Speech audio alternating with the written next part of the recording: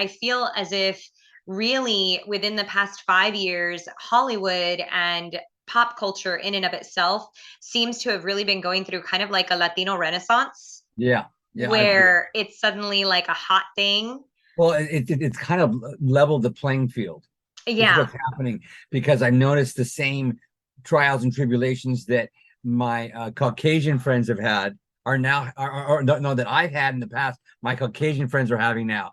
So it's kind of leveling the playing field, and now we're all kind of coming from the same starting line whenever we jump into a game. And because we all have, we're all developing new skills, and we all have to be up with the techniques and the what with all in the industry as we move forward because it's changing so fast. So yeah, I feel kind of like we're more all on an even playing game now.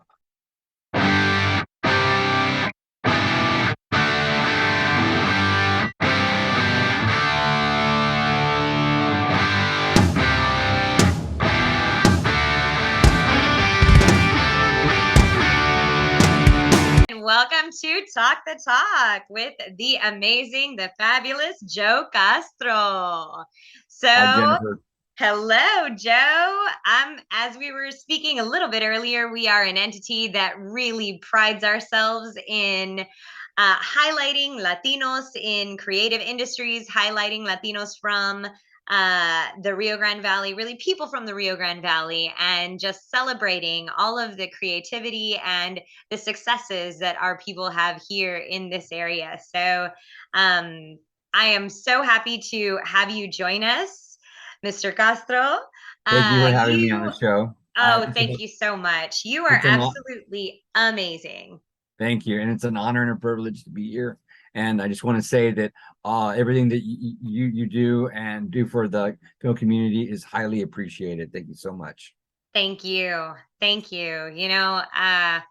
We we at least in my experience, we tend to not always give ourselves credit and not always recognize ourselves, I feel, the way that we should. And there are so many wonderful things that are happening. I mean, for instance, you, good sir, you are so fantastic in terms of your experience and your resume. Good golly, Miss Molly, that is just awesome. Like, you are in the Guinness Book of World Records, right? Yes, I did not do that alone, though. I have to give, I have to give kudos to my partner. I just keep saying partner. We just got married. Congratulations. I just got married. Yeah, it was last Tuesday. We just got married. So we've been together for 24 years, and we finally decided to get married.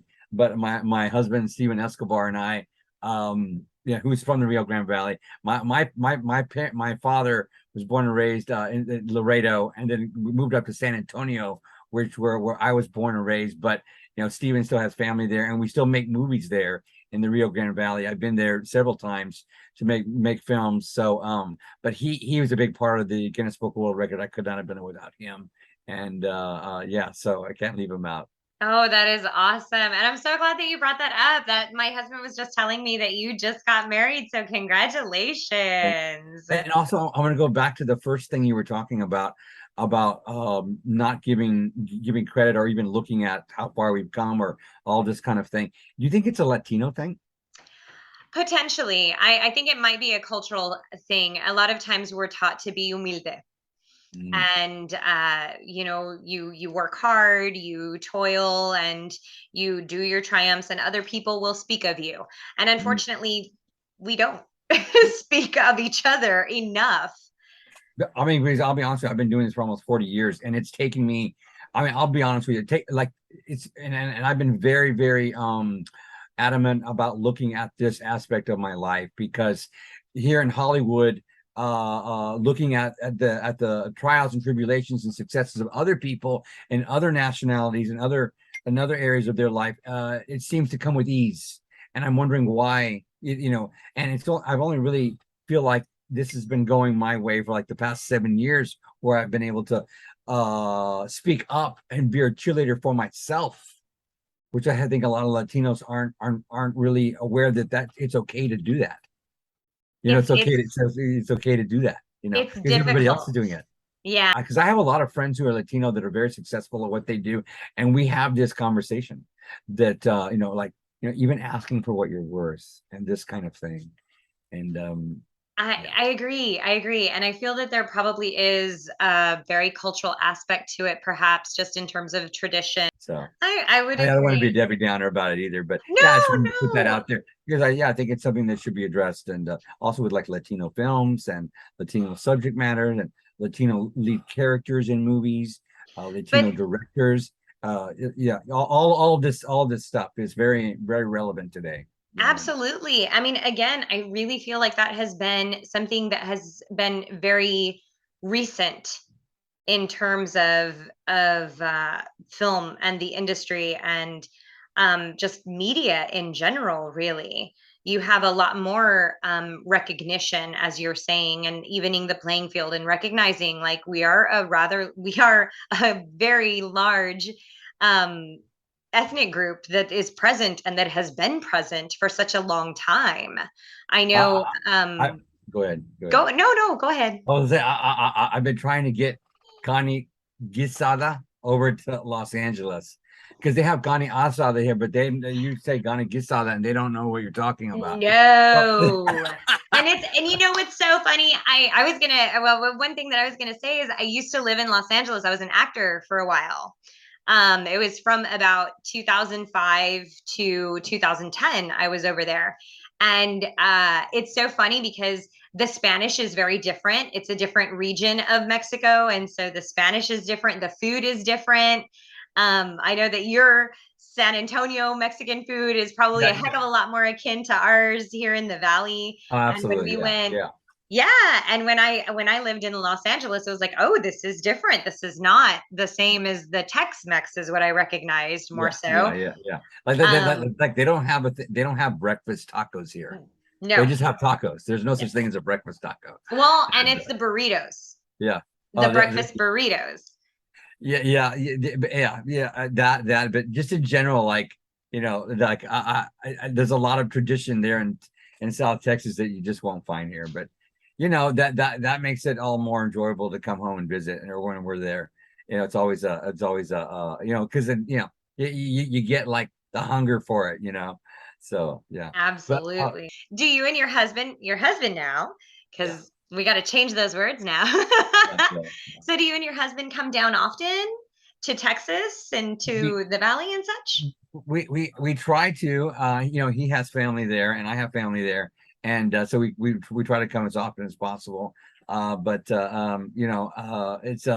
it's kind of a when you're working in Los Angeles, and I don't know if you remember this, but you can't say no to a job.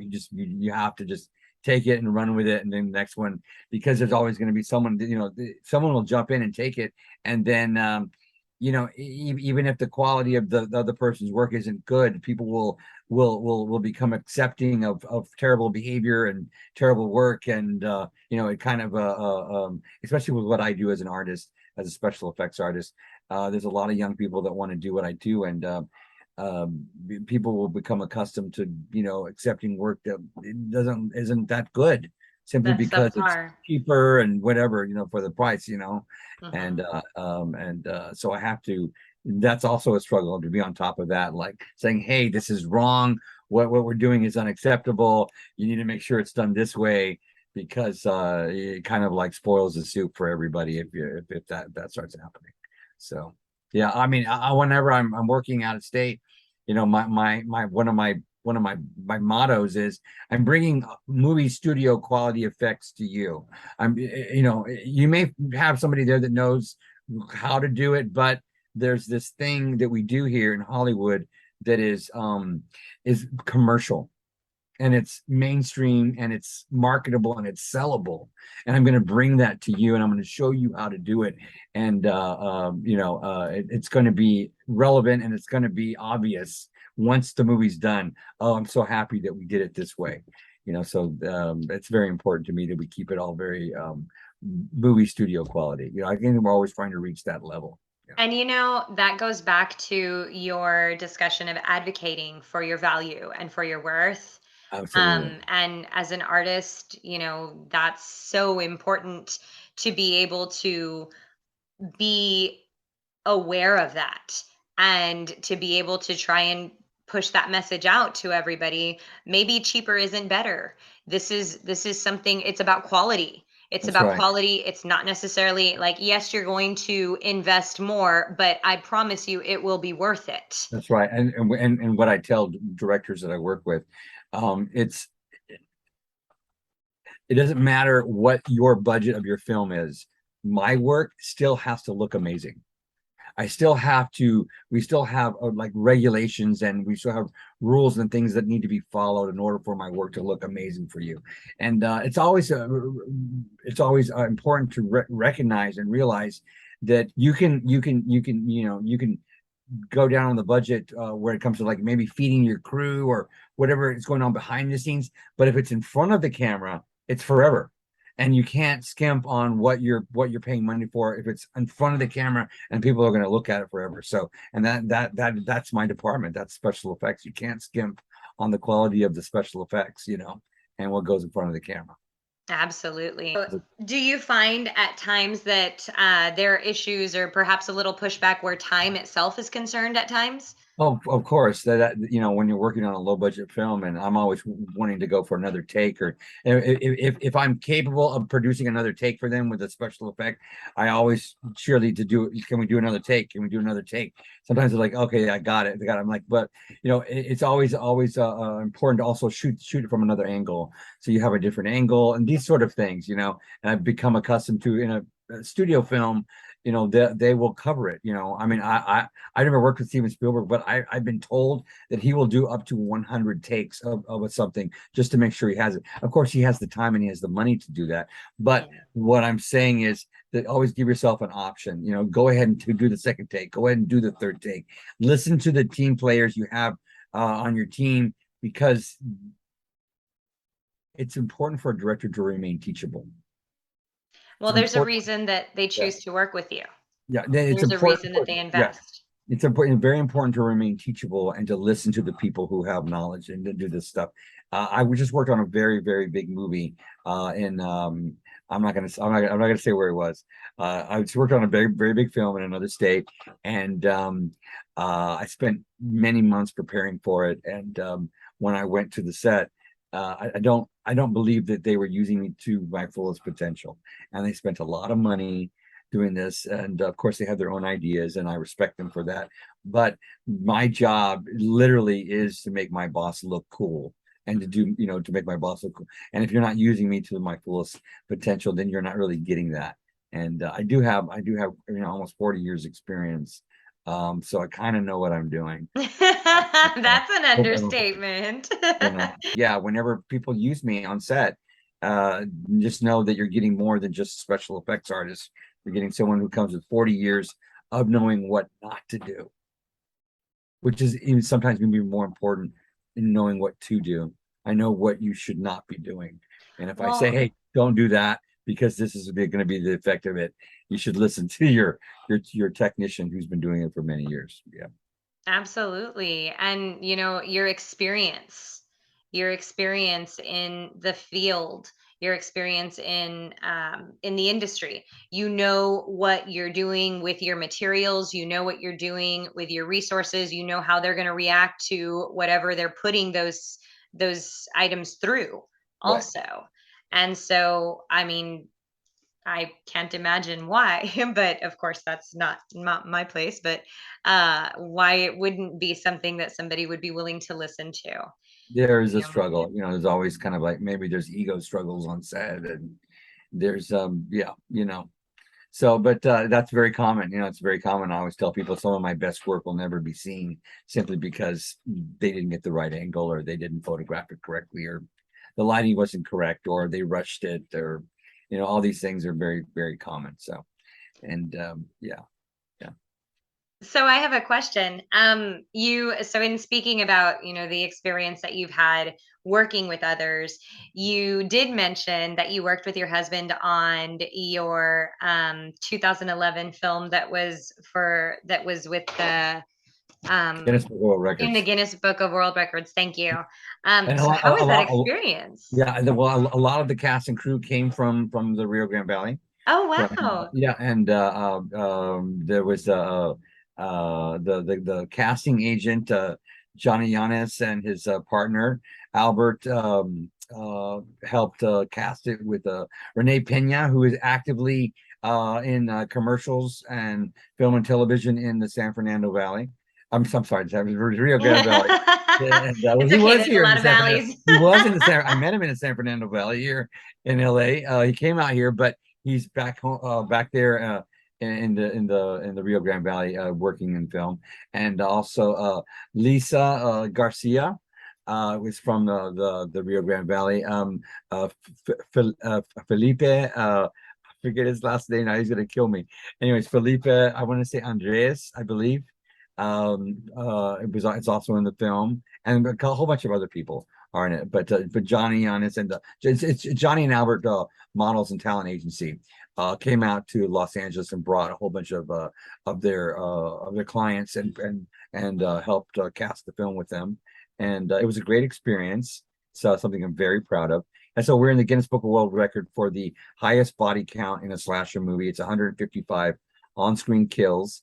And I kind of always want to go back and like kind of like revamp the film, kind of like the way George Lucas did Star Wars with new technology, because it's kind of like it's a very if you either you love it or you hate it. It's one of these kind of films, and a lot of people are very critical of it because we use a lot of computer technology to do a lot of the special effects in the film. I was going to visual effects school at the time I made the film. I was taking a 4-year college course in 11 months in Burbank, California, at a place called Video Symphony. And so I was going to school and shooting the film at the same time. And so we were shooting the film in chunks. We would take like a 2-month hiatus off and shoot the next portion of it, and we would work like this. But I was going to school during that time, and so a lot of the stuff in the film is like part of my classwork in school. And now that I go back and watch it, I'm like, oh, it's kind of painful to see, but still, I'm very proud of the film, and yeah, it's one of my great my most proud accomplishments. Yeah. That's wonderful. That's wonderful. So, what was the experience like working with your husband at the time, like on that type of film? And I know you guys have Say that again. You collaborated. broke up. Oh, I'm so sorry. Am I You're back? breaking up again. Go ahead. Hey, hold on. Wait. See Okay. when you come. Yeah, the signal's coming. Go ahead. Oh, Go ahead. okay.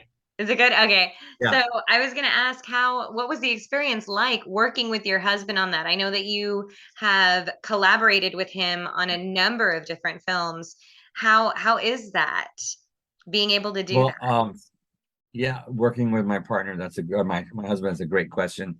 Steven and I have made, I think it's 13 feature films together, and we work very well together. We work very, very well. And people can see us when we work together, how we work together as a team, because he is a Emmy award-winning editor, and I'm a special effects artist, and we both work constantly with producers and directors. So we know what they want and what they need, and we know how to give it to them at the drop of a hat. So when we're working together on set, it's very easy to communicate what needs to be done. And also, I want to point out that Isaac Garza, our director of photography on the original Terror Tunes and Terror Tunes 4, and he also was the director of photography on a movie that we produced. We shot there in the Rio Grande Valley called Xenophobia, is a part of our team. And having 3 Latino heads of the on the film working together, it's just magic. We know how to communicate well with each other, and it works beautifully. Yeah. That's amazing. My husband went to go see that xenophobia, I want to say, Okay. when it was Yeah. premiered down Right. here. Yes. Yes. And he Yeah. was so excited. I was on baby duty. Okay.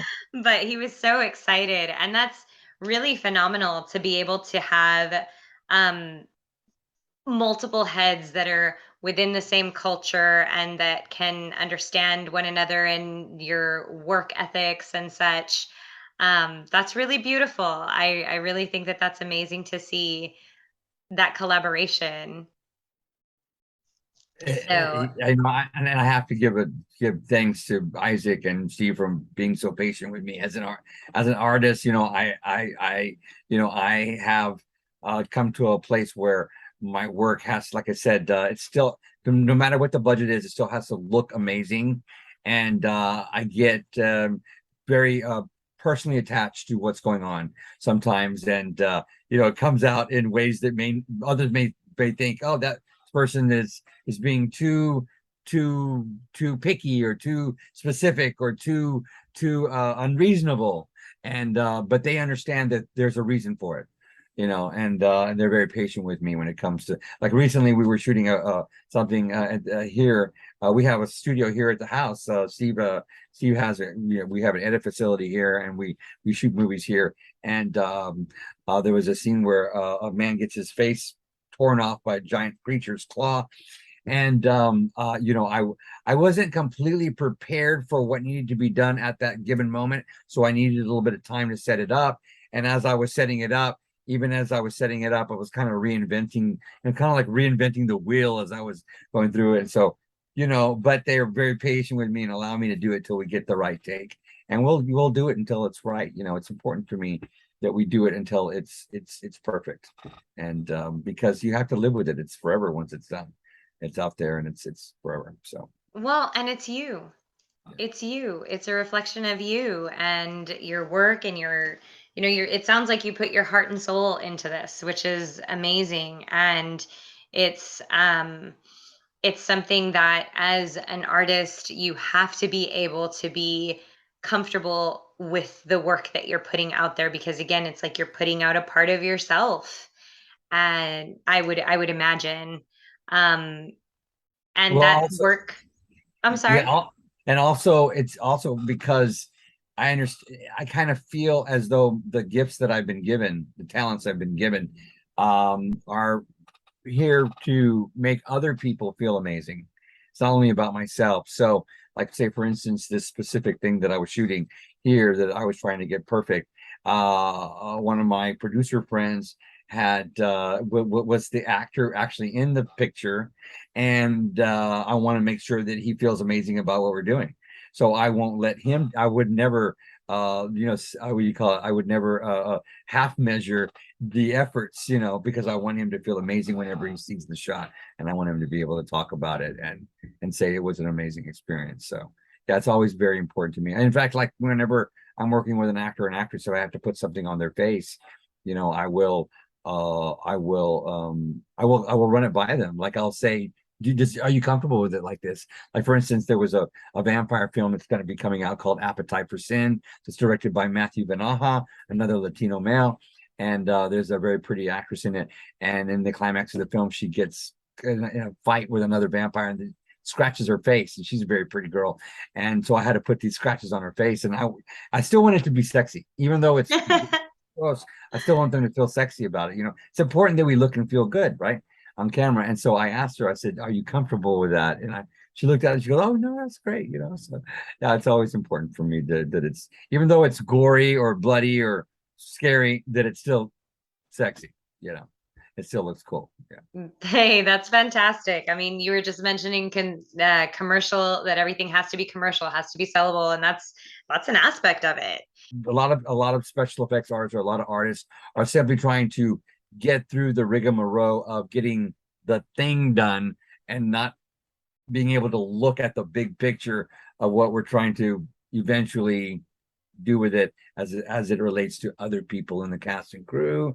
It relates to the people who are going to watch it. It relates to how the world will receive it. This sort of thing. I guess with the years of experience, I've come to be able to do that. I can get through the whole. I don't have to worry about the technique. I can worry about the bigger picture. You can broaden the perspective. Yeah. And again, that's so valuable to be able to do that, because a lot of times we tend to have a more narrow perspective without that type of experience and without that knowledge. Has it always been horror films for you? That's a good question. Um, well, I mean, I primarily make most of my living working in horror films, but I have worked on comedies, and I worked on dramas, and I worked on science fiction horror films. I've even worked on a Western. But as far as like the things that I'm interested in, Mm. no, it's not just horror. It's everything. I'll work in any genre, especially if it's a challenging genre or something that I've never done before. I really enjoy that. Even music videos, but people, I do blood well, and people hire me to do blood work. I call it blood work, pouring blood. When I was younger, I never thought I would make a living pouring fake blood, but that's what I do. I make a living pouring fake blood. I have many different formulas of fake blood that I like to use myself, and it comes with it comes with experience in the territory. That I have blood that looks amazing flying through the air. I have blood that looks amazing when it's photographed at night. I have blood that looks amazing when it's photographed on dark skin, on light skin, when it's put on clothes, on a white shirt, on a dark shirt, all these different formulas. And all this stuff is very important because ultimately, when you're making a movie with blood, that it looks cinematic. And once again, we go back to commercial. Is it is it marketable? Is it commercial? Is it appealing to the human eye? Anybody can pour blood, but can they do it in a way that's fascinating or beautiful or sexy or that kind of thing? Fun, it should be. It should be and be realistic at the same time. Absolutely, Uh, absolutely. And all it's that so stuff. cool that you mentioned that there are different formulas that you have for different Oh yeah. purposes. Oh yeah. Because again, that's another perspective that I think a lot of people don't necessarily take into account when watching um, perhaps your work or any other special effects work. It's not necessarily I the think first you thing that froze comes up to again. mind. That's another thing. You're not just getting the Joe Castro special effects artist. You're getting the Joe Castro who has worked with many, many producers and directors to bring you and someone maybe new that I've never worked with before exactly what you need, based on your way of creating your art and in your own timeline, on your schedule, in your own creative universe. Yeah. That's so cool. Thank you. So what is it about special effects makeup that you, or special effects work in general, that you Mm. enjoy the most? I think it's very similar to like someone putting on makeup to go out every day, if you think about it.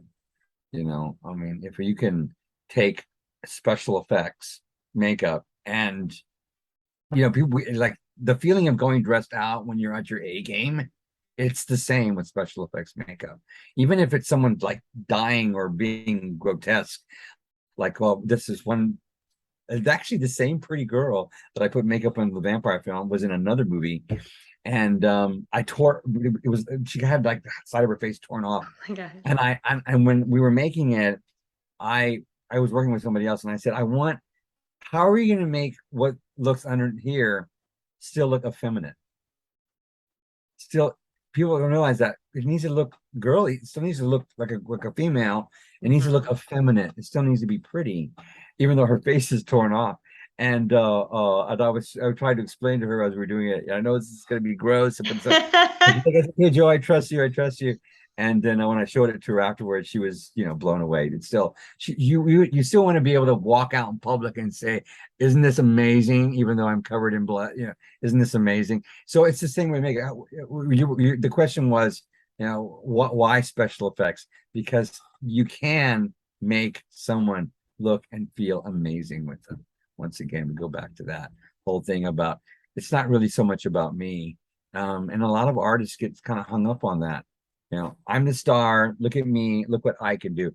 It's not about what I can do. It's about what I can do to make you look and feel amazing. How we won't be remembered for the things that we've done. We will be remembered by how we make other people feel. Oh, I love Well, that. and other people will talk about how we made them feel, I right? love that. I love that. Definitely. Yeah. Without a doubt. Without a doubt. I love that. That's beautiful. That's beautiful. And then the fact that you take that into consideration for the actor, also for the director, also for the audience Yeah. in your work. That's that's invaluable to Thank be you. able to, and that's such a beautiful talent and a gift. As you mentioned, these are gifts. That's a gift to have, Mm. is to be able to have that consideration. Wow, gosh. Thank you. Yeah, it's taken You're welcome. taken me many years to get there. I'll tell you that. And I went through a whole bunch of, the common young person syndrome. It wasn't always that way. But yeah, no, it's taken me many years to get there. So, but I love it. I love it. I love it. I tell, Halloween's a big deal for me, a big time of the year for me. And over the years, I used to go out and invite people to come with me and dress them up and feel amazing. I always tell people, if you want to know what it feels like to be Angelina Jolie and Brad Pitt, come out with me on Halloween, I love because it. you will feel like a rock star in public when you go out with me. And so and then recently last year, a friend of mine on Facebook, who is a successful entrepreneur and has his own franchise, hired me to he called me like 5 days before Halloween and said, Joe, can you make my Halloween costume? And I'm like busy already. So then you put, the one last brick on top of your busyness. And I'm like, okay, hold on a second. Let me call you back in 1 hour. So I called all my bosses, and I'm like, can I take the rest of the week off and just do this gig? Will you let me spend 5 days doing it? And they're all like, yes, go for it. So I was able to spend 5 days making his costume. And he had me over at his company in Pasadena at 5 a.m. on Halloween morning. And he's a gym. He owns a gym. He owns gym. Let's see, a franchise of gyms, Oh, uh, okay. workout gyms. Hmm. So they were open early, and I went over there to put on his makeup. And he said, "I said, how long do you want this makeup to stay on?" He said, "I want it to be on the entire day. I'm going to go out in it. I'm going to be on it all day long." So he wore this makeup from, I think I started putting it on at like 7:30 a.m.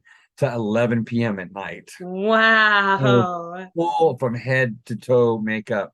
And I told him, when he was done, to call me, and that I would come over and help him take it off. Because makeup is meant to come off. You retouch up your lips, you retouch up your makeup in the evening. You didn't have that opportunity. He was gonna run around Hollywood and run around LA for the entire day. So I put it on to stay on, and he called me at 11. I kind of showed him how to take it off, just in case he wanted to take it off, and I gave him all the stuff to take it off. But and him and his partner were out that day, and I said, call me if you need me to come help you take it off. And he called me at 11 o'clock at night, and he said, Joe, he said, I have never experienced anything like this in my entire life.